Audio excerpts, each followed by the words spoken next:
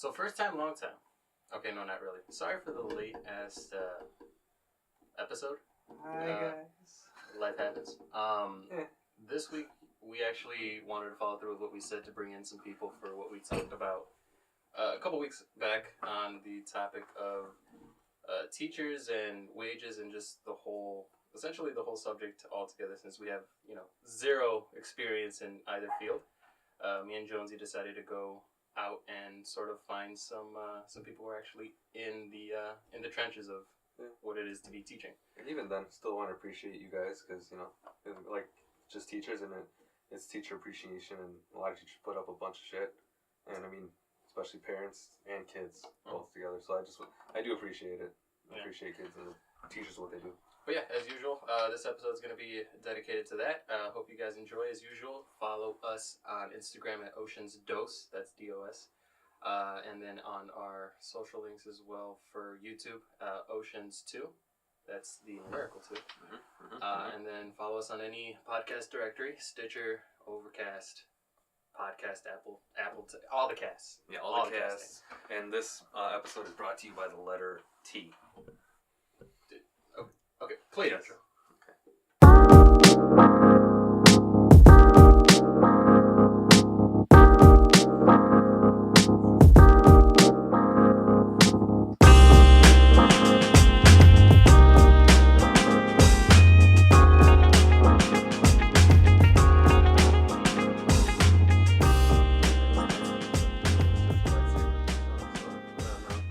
Okay, alright. Hey guys, welcome to episode 5? 6? We're losing track. Alright, cool. Episode 6 of the Oceans2 Podcast. We're probably going to do a little bit more consistency once we actually figure out a goddamn schedule instead of every 2 weeks. Which was my bad. I'll go on the limb here. That was my bad for missing out last week. But why are you moaning? I don't know. I just want to say weird shit. I just want to make noises. Alright, say your weird shit before I keep talking. That's it. Fucking hate you. Yeah. Like I mentioned earlier, this week we wanted to follow up on more of that teaching subject that we touched on the last episode. So we decided to get not one but 2 actual teachers. Essentially, one is going to be becoming a teacher soon, and one has been a teacher for quite some time. Did you know a teacher taught me how to count 1 and 2? I'm 1 away from being done with you. That's not true. At least 100 more. Several. Yeah. Why not just get right into it? Please welcome to the show. I guess we could do that whole, do you have the fake applause, Andy? But anyways, our guest, Miguel and Mariela. Say hi, guys. What's up, guys? So we're probably just going to go one at a time, I guess, just because you guys teach at 2 different levels. Miguel teaches, was going to go in to teach high school level, and Mariela, she actually teaches, essentially babies, straight out the womb. Teaching them early childhood and all that good stuff. She's the reason they might go to Harvard or wherever. I mean, either way. Whatever. We'll see where they go. They all speak 2 languages. That's pretty dope. That's I think insane. That's insane. Let's get right into it, I guess. Write and read 2 languages. They're 3. Now she's just showing off. It's like I taught them. So I guess we'll just go in the order of essentially, I guess, age. So early childhood. So Mariela, I guess to start off, why are you teaching? Because I love children. Okay, now what do you really love teaching? No, I'm just kidding. No, but I mean, I think a better question is like, what is your experience with teaching? We could start there. So how long have you been in the field of teaching? 8 years. 8 years. Was it just strictly early childhood? For the most part, I've always taught various groups. So like a mixed group, anything ranging from like very small children, 1 to 2, to like 6, 12. And was it a whole class like it is right now, where you're essentially a lead teacher, right? Mm-hmm. How big's your class? Like what? 22. 22. How old are they? Ranging ages. So there's 3. They're raging? Ranging. Shut up, Jonesy. 3, It's an interview. 4, 5, and 6. Okay. So that important little pocket of teaching early on. Is that So 8 years. That's toddlers, right? Mm-hmm. Okay, Yeah. Some of them. I always get confused with toddlers and whatever the other ones are. So does it actually hold true? So 8 years. So does it actually hold true that those early years are just critical for kids in their development to essentially what they're going to become later on? Obviously.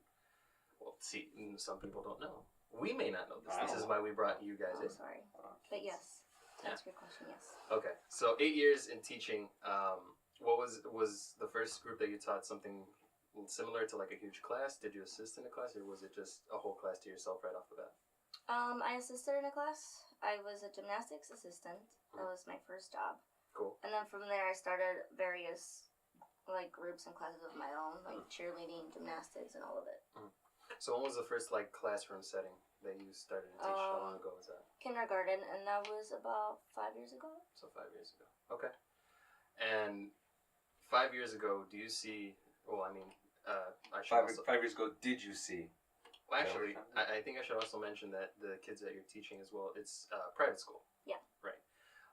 And then 5 years ago, with that first class that you taught, was it private school too? No, it was public. It was public school. Okay, so there's obviously a difference between the public and the private school system. Yes. 5 years ago, at least in terms of what you saw kids were being taught then, do you see a giant difference from what kids are being taught now? Not really. For the most part, the education system stays the same. There's Which is very a minimal. bad thing?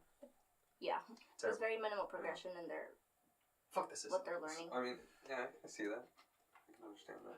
5 years though. Okay, so What's really stopping it? Is it just funding from just the state itself, or is it not enough money? Is it just not the enough stuff teachers in general?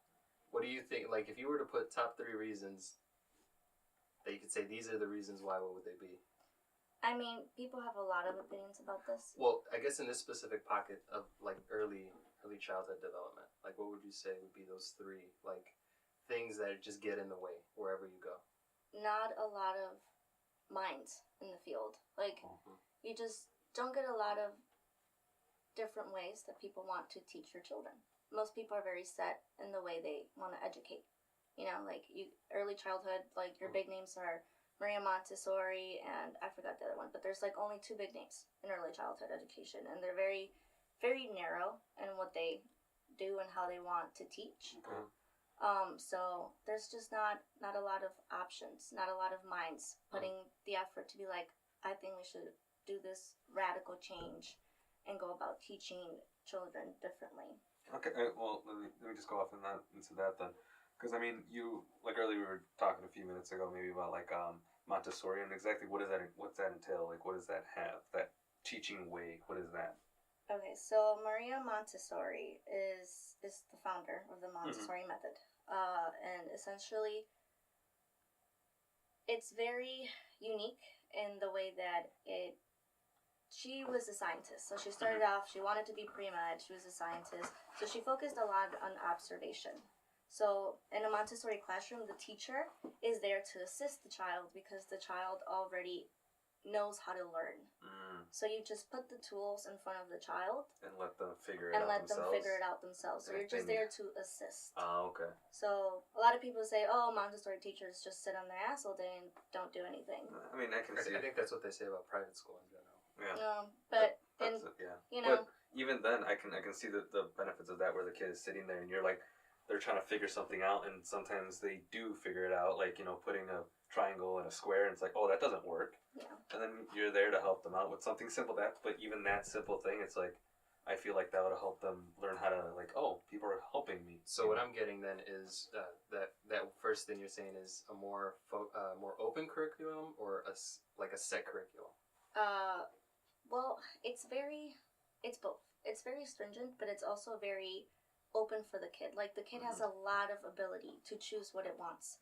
There's a classroom of essentially a work that has been craftily picked and craftily made by the teacher or Maria Montessori herself, that will assist the child in its learning. So everything in the classroom is carefully placed, carefully crafted. The tables, everything from the tables to the chairs to the window has to have a reason why it's there. So while the child gets to pick what it wants to work on for the day, it also has to, you are also guiding the child by giving him what they're choosing. So you're saying that essentially it has to be a curriculum where it's open enough to figure what they need, and then you figure out what they need, and then sort of have something specific to each child? Well, no, see, and this is part of, there's always a quirk and everything. Everything in a Montessori classroom, the most common object is the pink tower, which is supposed to, it's literally... Sounds gross. I just gave you a face like it's an ice cream machine or something. It sounds like it to me. It's Sounds like a sweets machine. just a tower of like 10 cubes getting consecutively bigger, and it shows the kid how to make a pyramid. Okay. So, it's showing him how to build something constructive.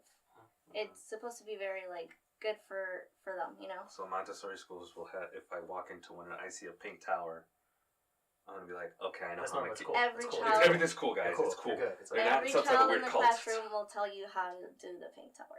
Are they gonna be bossy about it? And like, no, Oh, this is yeah. how you're supposed to do it. I mean, that's exactly what it is. Like, you give them a presentation. So when the child is first learning something, let's say the pink tower, we have a brand new child come in. We actually did this week. And you're trying to give them a presentation. They set out a rug. I like it already. They There's a have rug. to go get the cubes one by one, Oh my god. and then go ahead and make their pyramid. So it's very, very sturdy. Like, And adorable. yeah. They're three. You give them freedom to make their own choice and go, oh, I want to work with the pink tower. I want to do math. I want to do this. okay. But at the same time, you have to tell them. So that first thing being not enough minds, then what would be 2 and 3 then? Obviously funding, and it's just really nobody's thought we have a huge problem. See, I think here's the thing too, though. When most people, and I think a lot of people, I obviously don't think this, but being devil's advocate, just arguing the opposite side, I would think that because private school is private school, there should be money. So you're in that system and you've seen public school system. Do you think it's the same issue in both systems, or is one lacking more than the other? It's like I can't think of it. I can't think of words right now. Jesus Christ. Chinese food. Because everybody knows as far as like funding, as far as issues in public schools, like that's a problem. Well, But okay. what is that issue in private school? In private school, it's mostly, again, just not a lot of great thinking minds. You forget that a school doesn't only involve the teacher and the child. There's a lot of administrative steps that make the school. If those administrative steps don't have their shit together, the school is not going to work as well as it should, Okay. So, again, it has a lot to do with great minds. Like, it has to be the great mind running it from the top all the way to the educator. So administration-wise, that could be almost considered like the business side of what is private school. There's Yeah. a lot of politics going on with administration as well. So, Like what? I mean, is it just politics of like their own personal politics, or Well, just like? I think essentially it to the point of it being funding, like that in and of itself can cause a lot of problems administration wise. Yeah, I think that's finding out where to put the money in the certain spots. am I understanding that correctly? Yeah. Okay. All right, and then what would be that third thing that you think gets in the way? teachers, the way we're educating our teachers is, I don't want to say wrong, but it's not as efficient as it could be. It's efficient. It's not the most.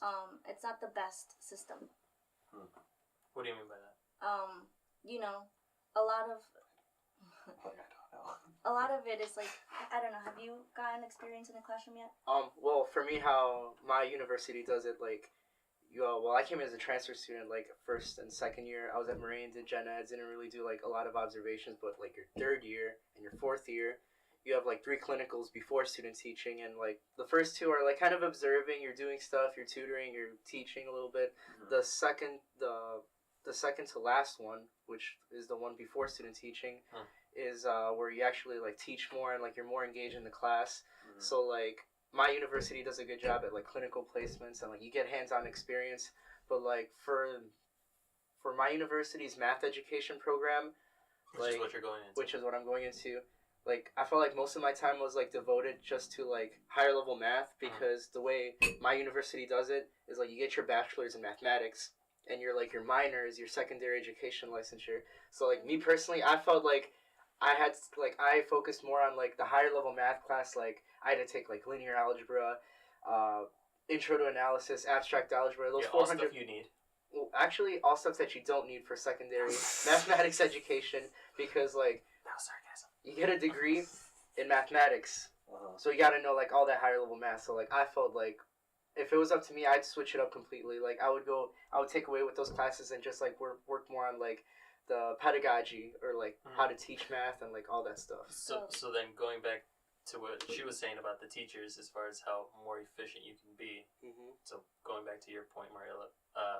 That's what I was trying to get across. Like he doesn't get to be in an actual classroom until junior year. Mm-hmm. You know what I mean? Okay. Like it's insane that you're going to throw a brand new person That's to a only been class doing of it 2 22 years, little people.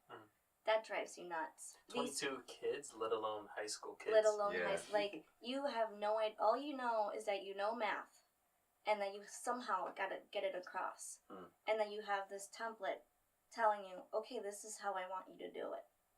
But when little Timmy has 10 different problems going on, and you're sitting here going like, why don't you fucking get this? That's just another problem for Would it little swear on the Timmy. show? Please put it down in the Yeah. swear jar. Yeah, put it down in the swear jar. Only Fuck those can that. swear. But that's what I mean. Like teachers aren't taught. Like they're not. Yes, it has a lot to do with observation, and yes, you have to learn essentially what it means to be an educator. But you really don't do that unless you're in a classroom. I really feel like teachers should be in a classroom all 4 years, all 5 years that they're going to be educators. Because how do you learn? How do you make the step from what you're learning in the book to what you're going to actually practice? Yeah, And it's you're like, going to be yeah. thrown curveballs every single day. You can't stop the class. Like, hold on, guys. The book I didn't gotta tell me look this. at this. I gotta read this. Hold on. Page 3. Was that a giant And every day you're not going to have a perfect day. It's all based on like reflection.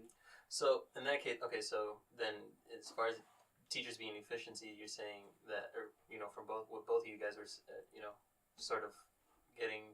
What I'm understanding is, it should be something that you go in right off the bat versus just waiting and studying about it. You should be essentially doing both. Mm-hmm. Yes. Practicing. Really practicing the trade. Okay. I mean, it was different for me because I went in it with already like 8 years of experience. So managing my own classroom was like breathing to me. But I've seen new teachers come in and their entire life is turned upside down. Like they don't know what to do. You have to be very adaptable. So I guess that's a good next point to get into then. Is teaching more about you love to teach or you love, I guess, molding other minds? Well, no. Okay, so hold on. Let me explain. It doesn't sound the exact same thing. Is it more the passion of teaching that's appealing about it, or just the fact that you get to talk about what you like? And like Miguel in this case would be math, or for Mariela, she just likes kids in their development. Like she has a passion for that, not necessarily as she's a teacher. That just happens to be what she's doing, but she just likes kids. Like I guess for me, it's a little bit of both. Like I'm very passionate about teaching, education, and then like two sides of the same coin. I like molding minds.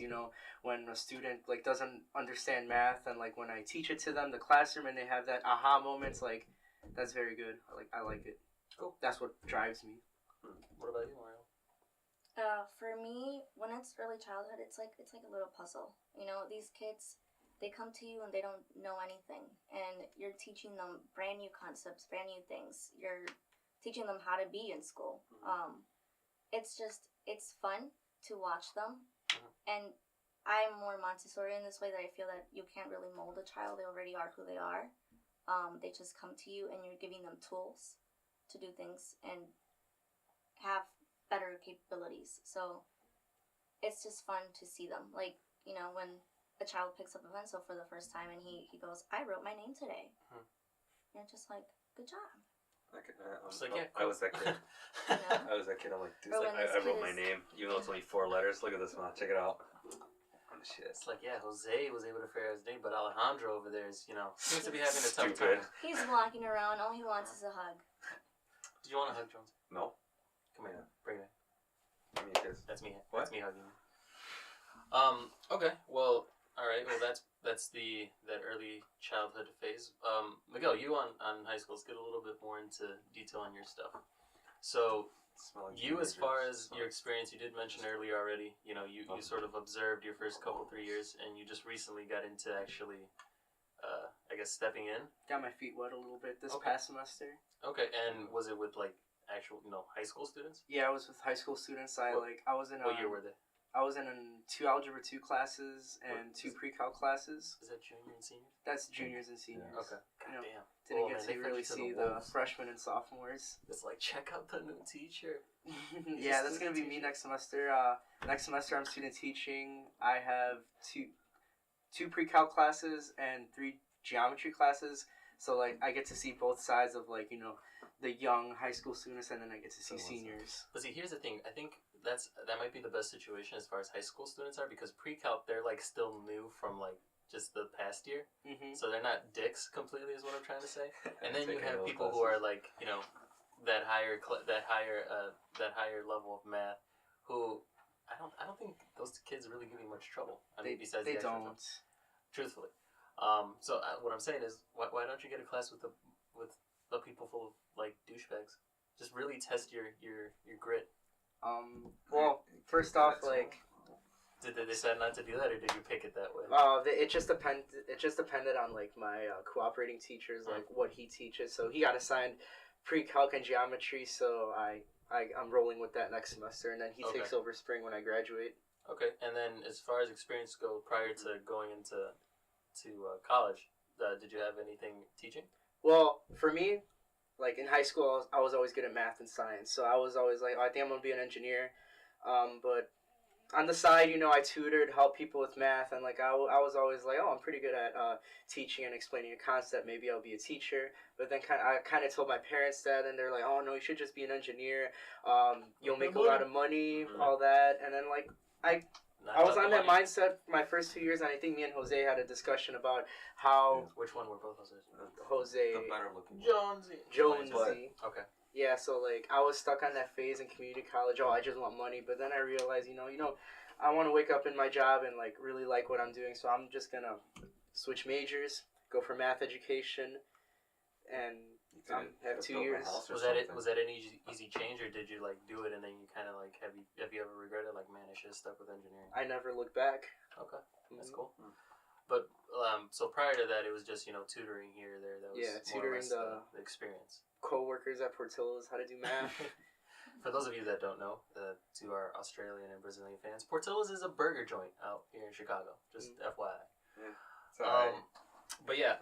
Okay. So you had you sort of just switched it up mid career of college, which is normal for people out here. Normal, and I say, I mean, in a way, brave, because a lot of people switch, or they don't switch, or they're like, we're already here.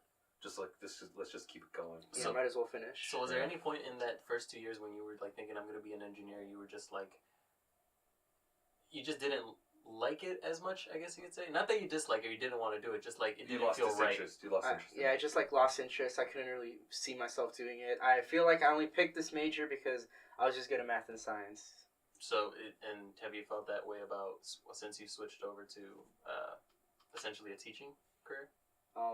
Nope. I always imagine myself, I'm going to be a teacher. I can see myself doing this. I feel like we are going to have to bring you back after you've taught for like 6 months. Just to really get perspective. Yeah. Because you're optimistic and all like glittery. I'll be in December. I'll have some crazy stories. You're brand new. Yeah. Comes back, he's already balding. Yeah, because Mariela's over here looking like, you don't know. You don't know. You gotta get that full class. I'm a very optimistic. I was gonna say, I mean, the length of time I've known you, Miguel, it's just that you're a really optimistic guy. Yeah. It's like things that put you down, and you're still. I don't know how you have a smile still. After seeing so much crap. Right. We should probably preface that our 2 guests are actually, well, for one, we've known them for a while now, so it's not just people we picked off the street. I mean, sort of. Yeah. You. No.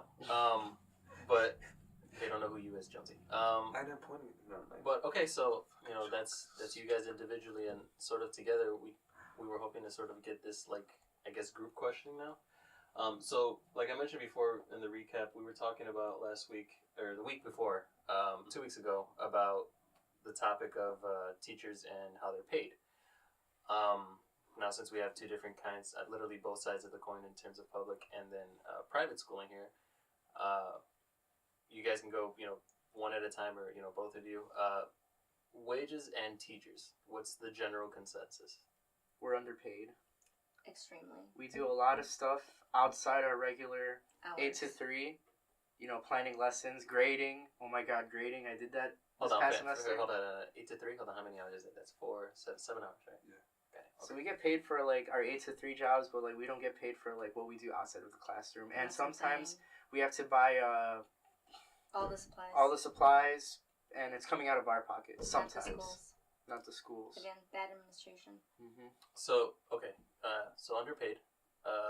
Now so that's both sides of the coin, both in the private sector and as far as you've seen in No matter where public. it goes, you're still underpaid. I mean, I can understand it because it's so much social interaction. But see, my thing is at least the general consensus, because people have this misconception of private school and public school. Public schools, more accessible, I guess you could say, versus private school, it's a little bit more picky, I guess.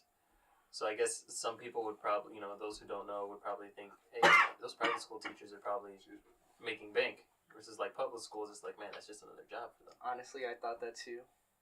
Yeah. No matter where you go, you're going to be underpaid as a teacher. See, that's something I'm sure a lot of people don't know, that essentially a teacher is a teacher no matter where you go. Because teachers are fronting them. I mean, just because it's private, you're going to get paid a little bit more than your average. Yeah. Public school teacher. But it's nothing significant. It's nothing significant. So in that case, then, again, both different kinds of views here. What gets people? What would get a teacher to that next level of being paid a little bit better? Is it more experience? Is it more education? Is it just the administration you're working for? Because apparently I think that's starting to become, that's number one issue that I'm getting a feedback from here. That's sort of in the way. It's definitely your education. For example, if you have a master's or if you have more certificates, like for example, there's a ESL endorsement, there's a special education endorsement. So if you're that teacher that just has a bachelor's degree, Just all the bells and whistles, essentially. yeah, the more tools you have under your Batman belt, the more money you'll get. Don't mention Batman to me.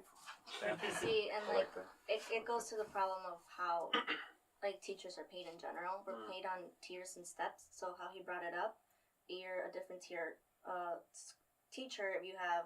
Like, I have my bachelor's degree, and next step would be my master's, and then after that, all those other endorsements. So you get paid in steps and tiers. And literally, that's where your salary comes from and where, like, the increments come in. So let's say in the first year, you just have your bachelor's, and the school accepts you, and they go, okay, well, get your master's, and then your salary gets bumped up to this. So a lot of people are like, oh, but you can get, like, bumped up your salary, but you don't get bumped up unless you're bumping up your steps and tiers. So does that mean essentially? So let's use, since you guys are essentially both with bachelor degrees. If you bump up and get that master's degree, does that salary bump, is that enough, or is it still not enough at that It's point? like maybe More money is more money, but not by a lot. not by. It's like maybe $1,000 more for what you have to pay for masters. So for who are masters, these? like- Who are Like these extra teachers dollar. then? Both. Yeah. Both systems have this kind of thing. Who are these teachers that make over $100,000 a year? Is it just years and experience of that? Then, Years, if you're a department chair, Definitely department chair.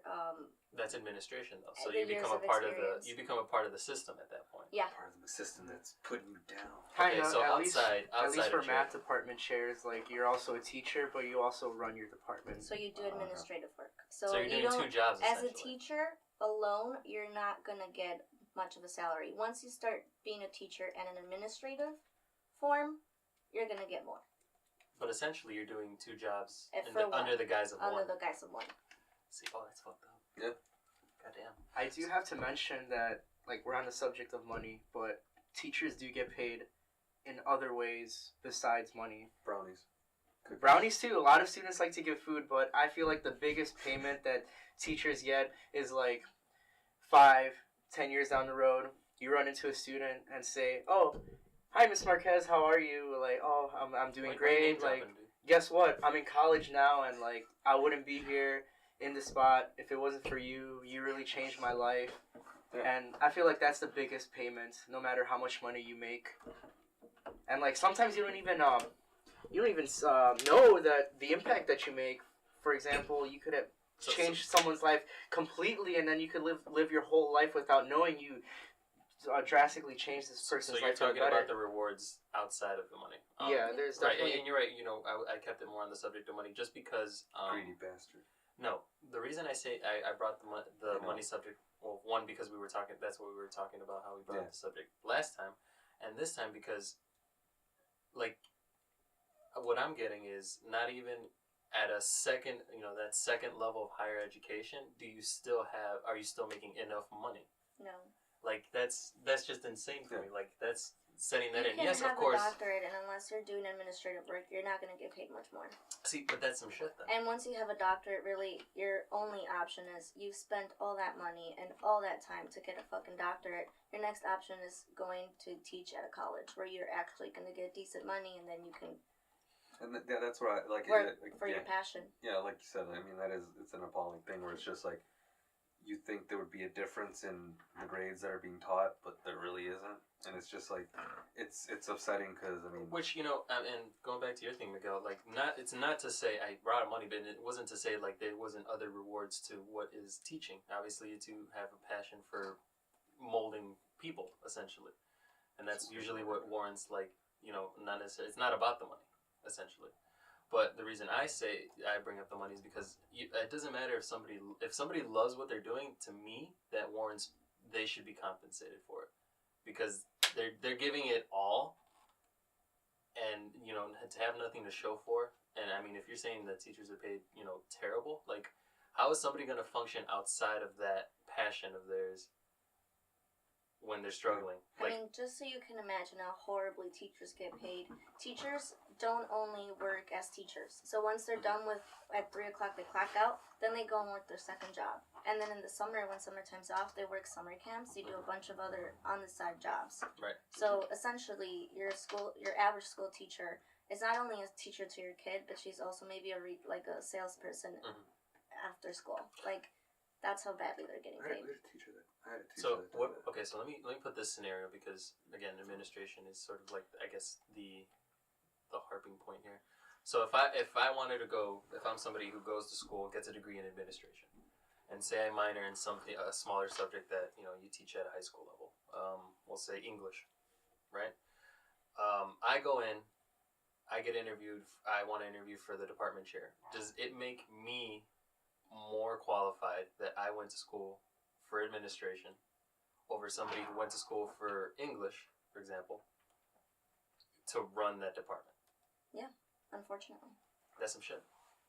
Like, why go to the study what you love, not get paid that much, where you could just take this other thing and run essentially how it works? It's the same for everything, though, and that's where I'm telling you, it's really the system. It's the way we're thinking. It's the fact that parents don't ask questions of why doesn't little Timmy, who's 3, why doesn't his teacher have a doctorate in early childhood education?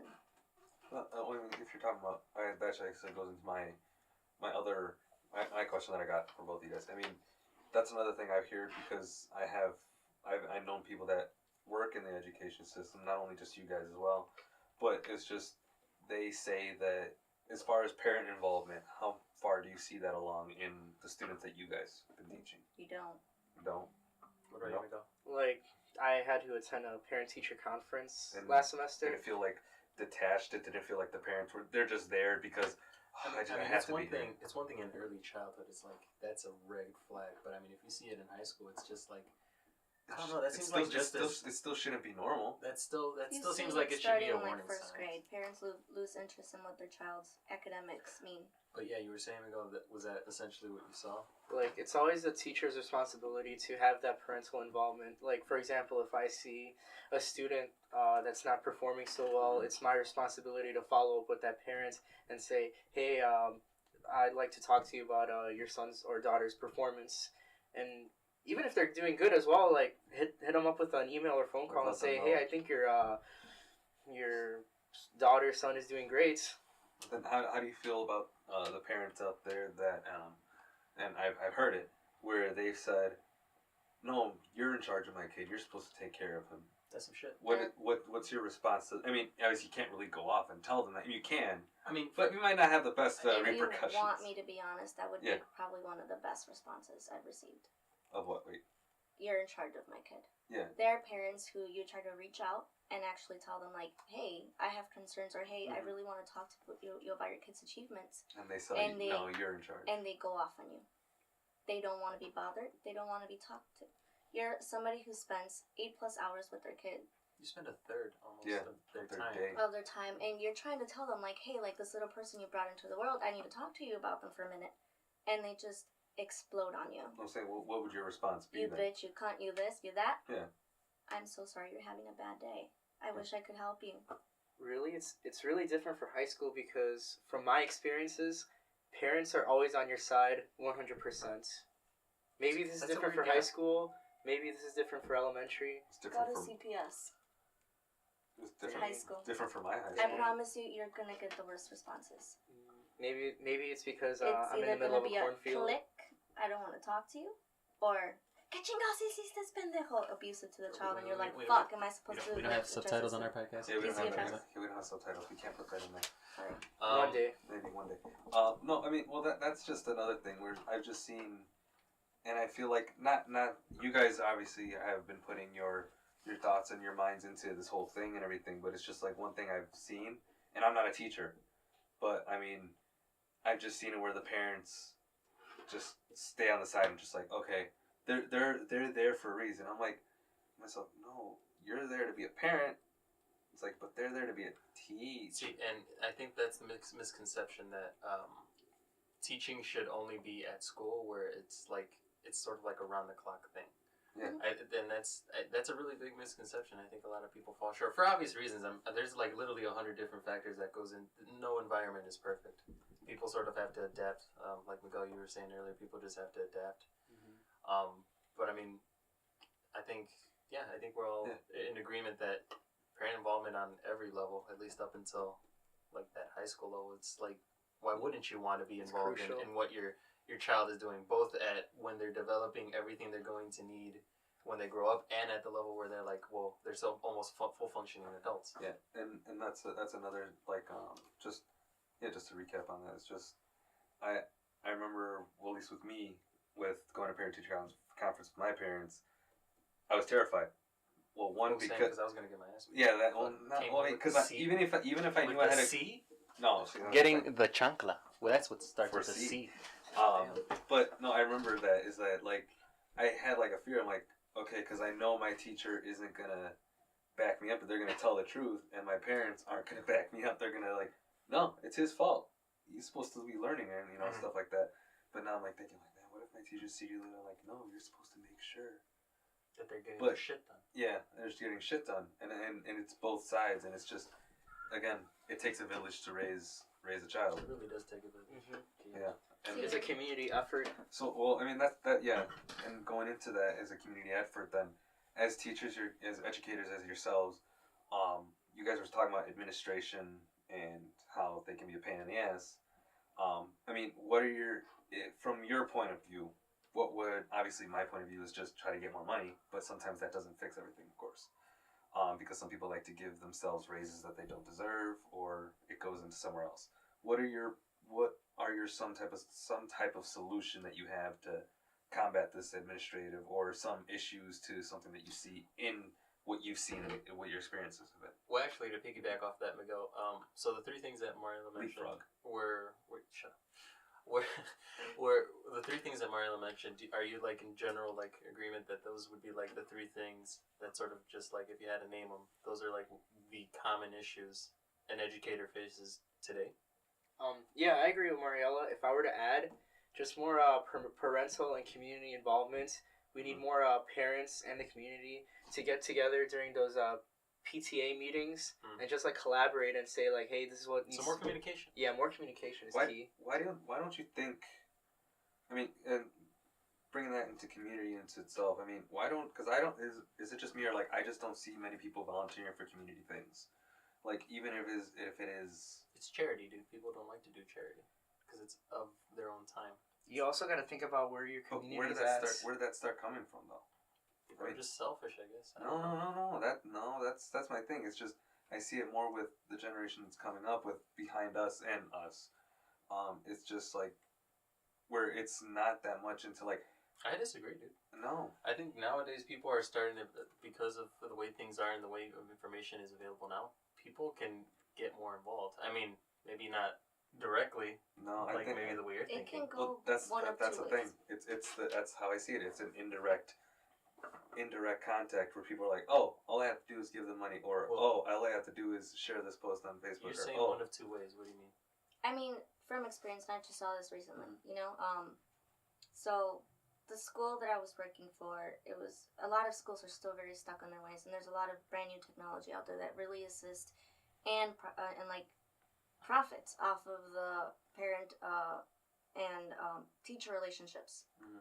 You know, like it's very beneficial overall for the school, for the business, for everything.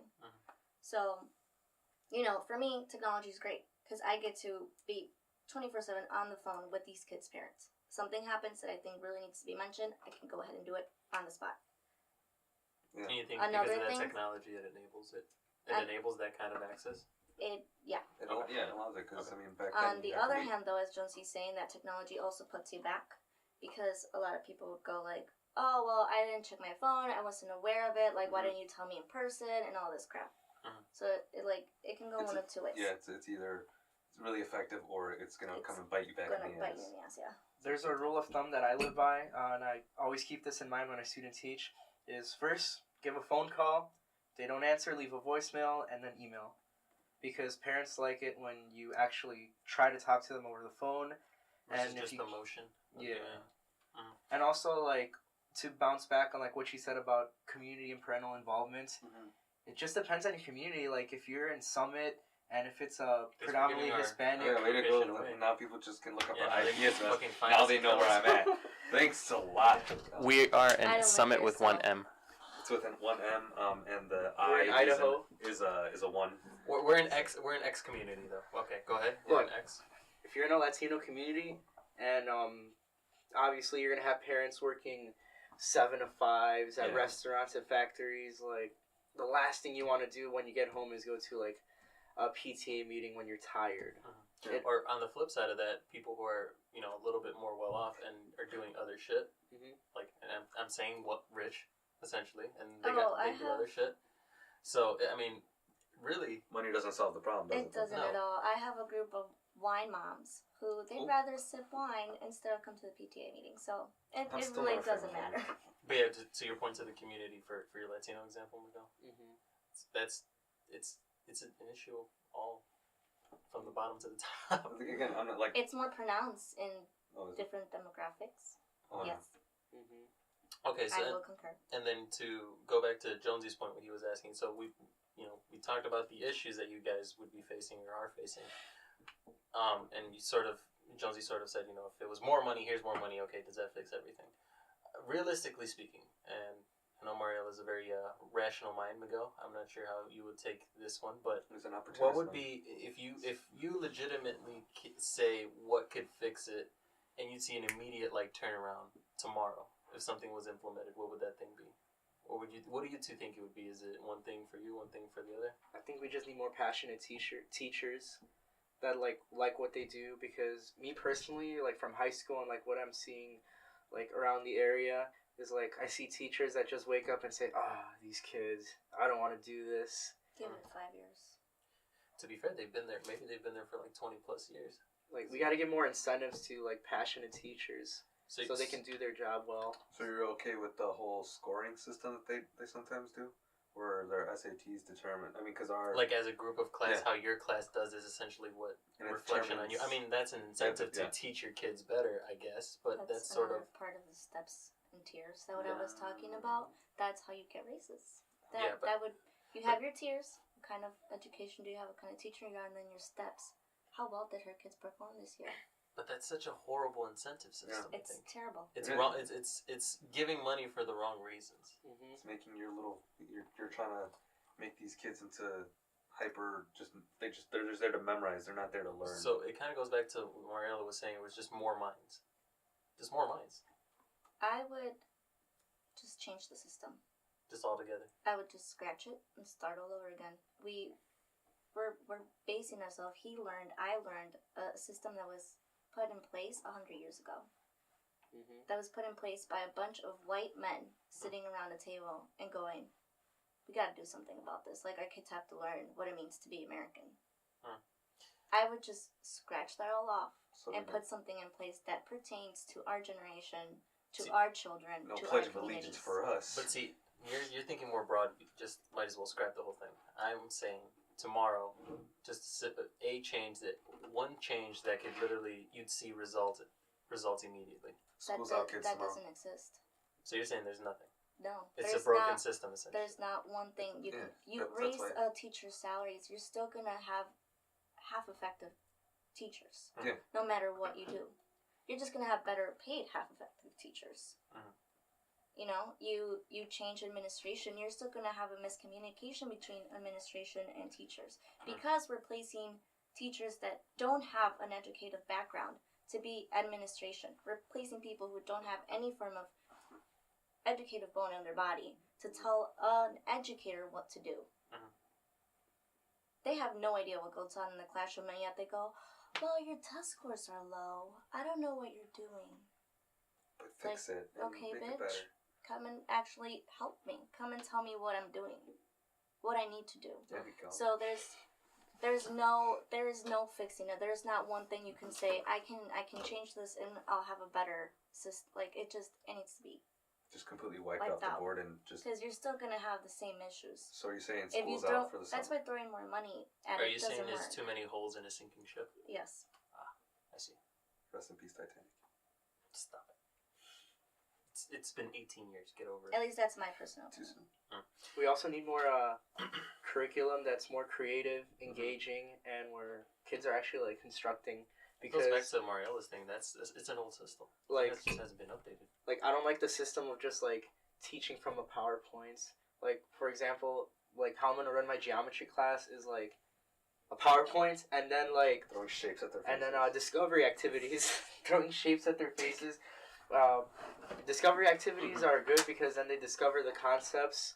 I also want to include technology in my curriculum when I teach because there's research that says when students are engaged and using technology, it activates a higher order of thinking. So you're saying there's not going to be any of those questions like Jimmy has 14 apples. What is he going to do? And then I gotta draw like shitty apples. Yeah, because I'm a horrible it's like artist. some bullshit. Like, you know, it's. I mean, And not then to I fail because I didn't draw apples correctly, and they couldn't read like how many apples I had. And it's like he has 13 apples. So you add 4 cantaloupes, and his dog ate 5 raisins. How many fucking strawberries does he Somehow have? you took a shit, and that's supposed to factor into the Yeah, amount of apples. And only because I say that stuff because those were the most boring questions I remember. And you're right, it's not engaging. And it's not. It's like I'm like, I don't care about The Jimmy. thing is that You gotta the make teacher's math not putting relevant. that in place. It's the coordinator, which isn't an educator. There goes She's one. not dealing with what Miguel Damn, is you dealing. just assumed it was a she. Wow. Damn, wow. Okay, he, Assuming she, triggered. Wow. whoever. Kidding. Sorry. You mean them? Kidding. Ugh, use all pronouns here. Kidding. But He, she. anyway, yeah. I mean, and I can see that, Miguel, because I remember in class. That's the one thing I was just looking at these problems. I'm like, I don't care for this person. Why do I have to? This doesn't make like. Where am I? Like that question. Where am I going to use this? Does come up, and Especially when you're aware. Sometimes people just do it just to do it because they're being told to do it. You have to make math relatable. and it's true. And it's relatable. Do you want to make money? Do you like things? My kids Yeah. actually make their own money. I believe it. I have kids who are multiplying and dividing at the age of 3. Damn. See, now she's just...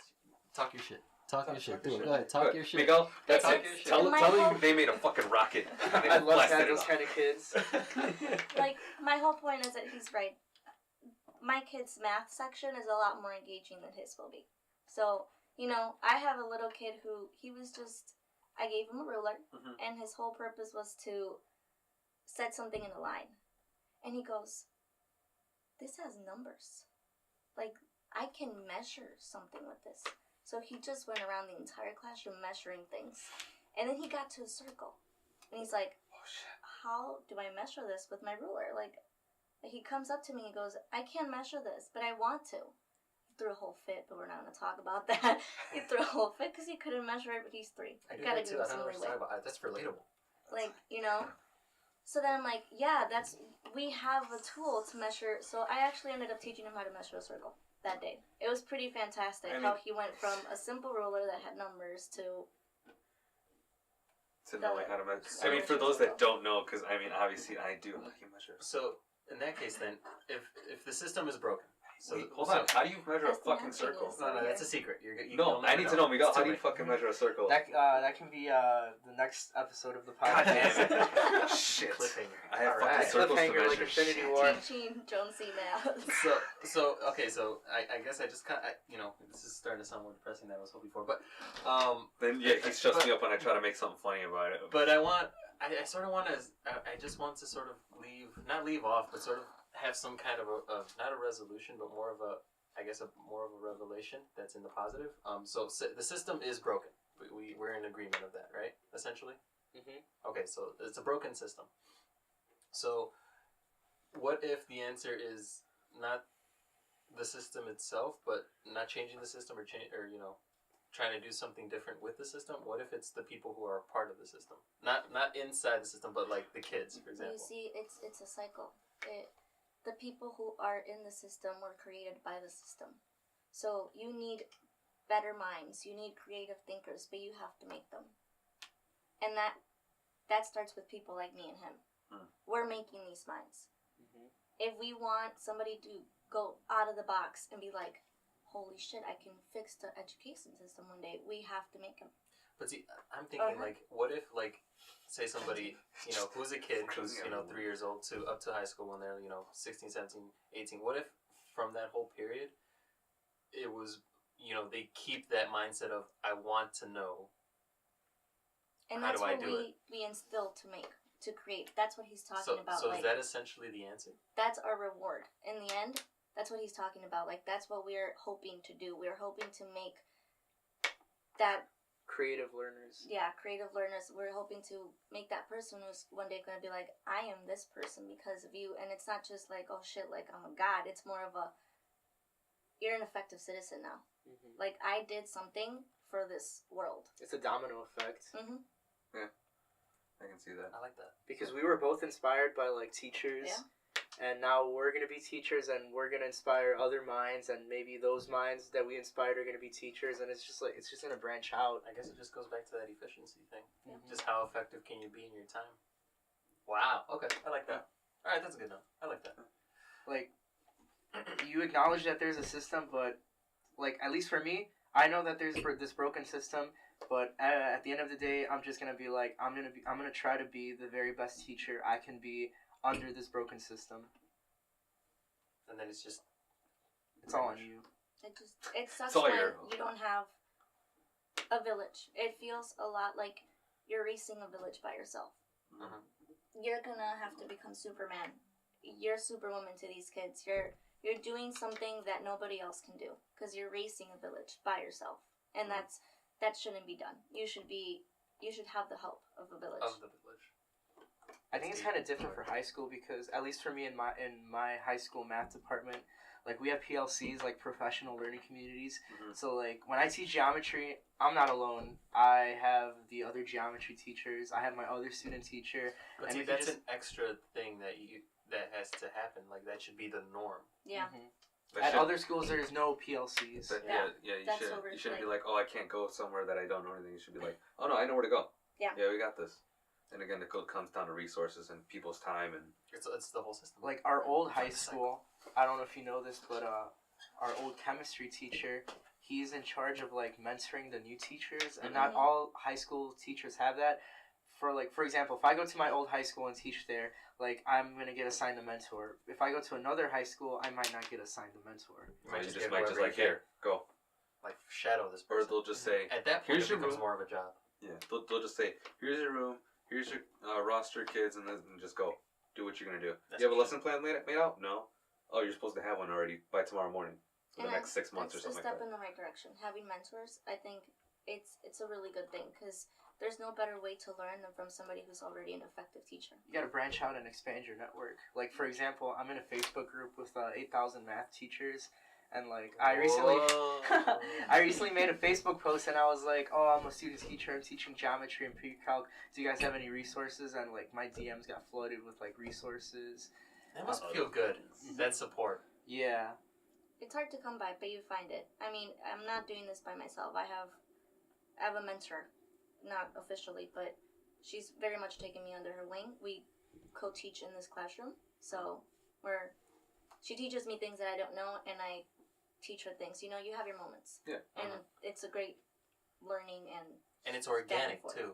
It's not the kind of thing forced upon. It's like here, learn from them. See, here's the thing about, and this is why I think it's so great. This kind of a format where we bring people in, because me and Jonesy are of the minds of we come from the job aspect of things, so we see things as jobs sometimes versus a profession, which is what you guys are in essentially. Or like how you say, like there's a difference between a job and a career. Correct.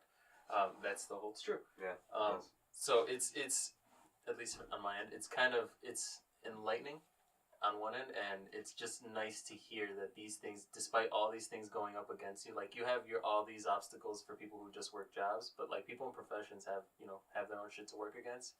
But like it's nice to hear how rewarding that is, despite all this bullshit and like red tape and shit that you have to go through. There's always a light at the end of the tunnel. Just gotta find it. Where the fuck is our light? Huh? Is this our light? No, it's me being shipped out to California. Fuck. Oh, okay. I gotta bring it up at least once. Okay, and that's where we end the podcast. I'm leaving. Bye. Yeah. Well, no, I mean, I do want to thank you guys for coming in. And thank you for having us. Fuck yeah, appreciate it. But yeah, well, guys, that's gonna be this episode. Again, shout out to our two teachers, Mariela and Miguel. As usual, if you guys want to keep up with more episodes, we suggest you subscribe at the good old iTunes podcast. Overcast, Stitcher, and I think we're on Spotify now too. So, Spotify? Yeah, we are on Spotify. You need to double check that. Yeah, we'll double check, but we verify that. I'll take care of that. And YouTube, as usual, it's the Oceans2 Podcast. Instagram is Oceans2, that's DOS. Yes, sir. And as usual, if you guys have any other questions, I actually did not check emails this week because I kind of wanted to be we actually didn't a focus thing. Okay, no emails. But again, if you guys have any other questions, in particular questions for, Mariela, Miguel, us, anything else, or you have another subject that we could touch on.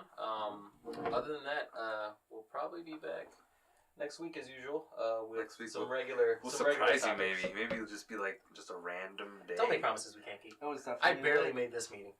But yeah, guys, have a good week. See you next time.